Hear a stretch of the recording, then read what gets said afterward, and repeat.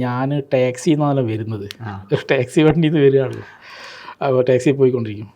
അപ്പോൾ ഈ കോലത്തിൽ ആക്കിയത്, ഈ കോലത്തിൽ ഞാൻ ആയതും ഉസ്താദാണ്.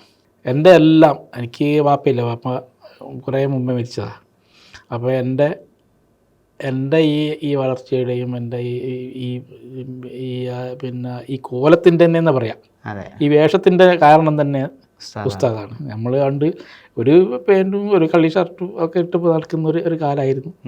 അതിൽ നിന്നൊക്കെ മാറി പിന്നെ ഒരു സന്തോഷമുള്ളൊരു വേഷവും ഒരു കോലും ഒക്കെ ആയത് ഉസ്താദ് തന്നെയാണ്. അതിൻ്റെ ഫുള്ളായിട്ട് ഉസ്താദ് തന്നെയാണ് എല്ലാ കാര്യവും. ഹജ്ജിന് പോകാൻ കാരണം തന്നെ ഉസ്താദാണ്. ഹജ്ജിൻ്റെ റെഡിയാക്കി തന്നതൊക്കെ ഉസ്താദാണ്. 2007 പോയി. ഗവൺമെൻറ്റിൽ കൊടുക്കാൻ പറഞ്ഞു, ഞാൻ കൊടുത്തു, പാസ്സായി. ഞാനും ഭാര്യയും ഉമ്മയും 3 ആളും ഒരു കവറിൽ കൊടുത്തു.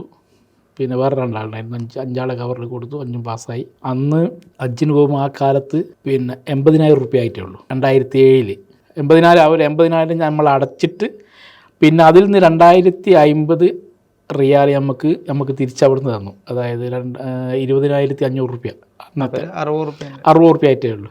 പിറ്റേത് 2007 ഡിസംബറിലായിരുന്നു അത് അന്ന് ഹജ്ജ്. പിന്നെ ജനുവരിയിലാണ് തിരിച്ച് വരുന്നത്. 2008 ആകുമ്പോഴത്തേക്ക് പിന്നെ 1,00,000 മുകളിൽ പോയി. പിന്നെ കാര്യം പോയി. ഒക്കെ നമുക്കൊന്നും ഒരിക്കലും സ്വപ്നം കാണാൻ കഴിയാത്ത കാര്യങ്ങളാണ് ഈ ഹജ്ജിന് പോകാമെന്നൊക്കെ പറഞ്ഞാൽ. നമ്മളെ പശ്ചാത്തലം നോക്കിയാൽ അതിനൊക്കെ കാരണം സാധനം. ഇപ്പോഴത്തെ ആഗ്രഹം എന്ന് പറയുന്നതും കൂടി പറയാം. നമ്മളാഗ്രഹം നമുക്കിപ്പോൾ ഒരു ഗൾഫിൽ പോയി സമ്പാദിക്കാനോ അതിനൊന്നും എനിക്ക് നമ്മളെ ആഗ്രഹം എന്ന് പറയുന്നത് ഉസ്താദിൻ്റെ കൂടെ തന്നെ ഒന്നുകിൽ ഇവിടുന്ന് ഇതിൽ നിന്ന് മരിച്ചു വരിക, അല്ലെങ്കിൽ നമുക്ക് ആഫിയത്തിലാണ് അമ്മ പോലെ പോടുന്ന് പറഞ്ഞ് വിടുക, എന്നിട്ട് പോരുക എന്നല്ലാതെ പോകണമെന്നുള്ള ആഗ്രഹം. അങ്ങനെ തന്നെ മുന്നോട്ട് പോകട്ടെ.